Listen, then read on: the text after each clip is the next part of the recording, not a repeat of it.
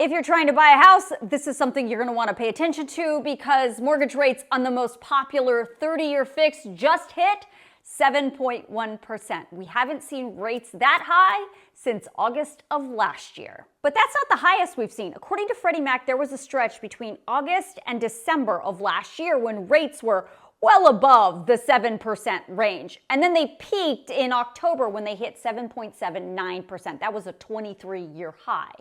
And then shortly after that, it all started to go back down. You can see that through all of this year until it got back up to 7% just this week. So why is this happening? Well, most economists will tell you there are actually several reasons, but one of the biggest is because earlier this week, the Federal Reserve Chairman started to backtrack on the possible plans to cut interest rates as soon as this summer. It's actually something I reported in last night's NewsGirl News Roundup email, which you should definitely sign yourself up for so you don't ever miss news like this.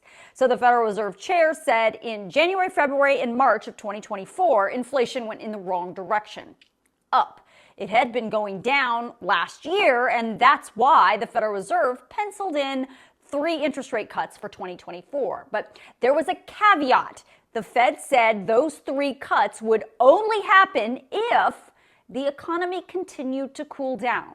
Well, in the first quarter of 2024, the economy didn't listen. The labor market grew stronger with employers hiring more and inflation kept creeping up. So those rate cuts are now in jeopardy. And since mortgage rates are influenced by several things, including the bond market, which of course reacts to the Federal Reserve's interest rate policy, when the Fed says it may delay or even eliminate one or more of those rate cuts in 2024, the market reacts and mortgage rates go up.